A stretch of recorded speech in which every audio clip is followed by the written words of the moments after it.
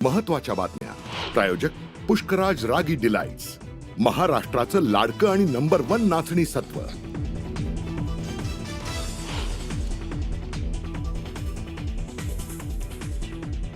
बेलगाम हल्ल्यातील मृतांच्या कुटुंबातील एकाला सरकारी नोकरी तर कुटुंबियांना 50 लाखांची मदत। मुख्यमंत्री देवेंद्र फडणवीसांची मंत्रिमंडळ बैठकीत घोषणा। बेलगाम दहशतवादी हल्ल्याच्या पार्श्वभूमीवर सरकारच्या हालचाली सुरू। उद्या पुन्हा केंद्रीय सुरक्षा समितीची बैठक होण्याची शक्यता। सीसीएस मीटिंगनंतर सीसीईएचीही बैठक होणार।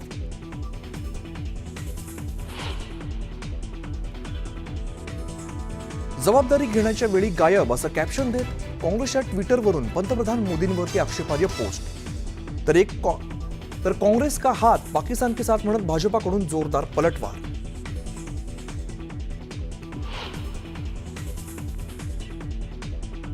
झेंडावंदन म्हणजे पालकमंत्री पद दिलं असं होत नाही, तर मी अजून तलवार मॅन केली नाही। सब्र का फल मीठा होत आहे। रायगडच्या पालकमंत्री पदाच्या तिढ्यावरून भरत गोगावलेंचं सूचक विधान।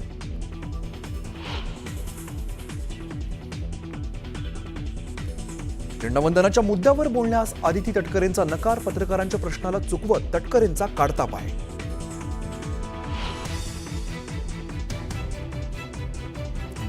तुळजाभवानी मंदिरात व्हीआयपी पास घोटाळ्याचा आरोप। मोफत दर्शन पासची 4 ते 5 हजारांना विक्री होत असल्याचा पुजारी आणि आमदार कैलास पाटलांचा आरोप।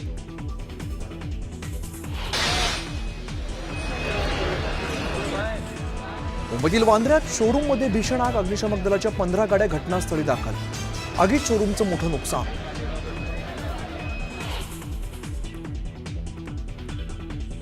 नाशिकच्या वणीगडावर भाविकांच्या वाहनाला अपघात। सप्तशृंगी देवीच्या दर्शनासाठी जाताना वाहन उलटून झालेल्या अपघातात अनेक भाविक जखमी।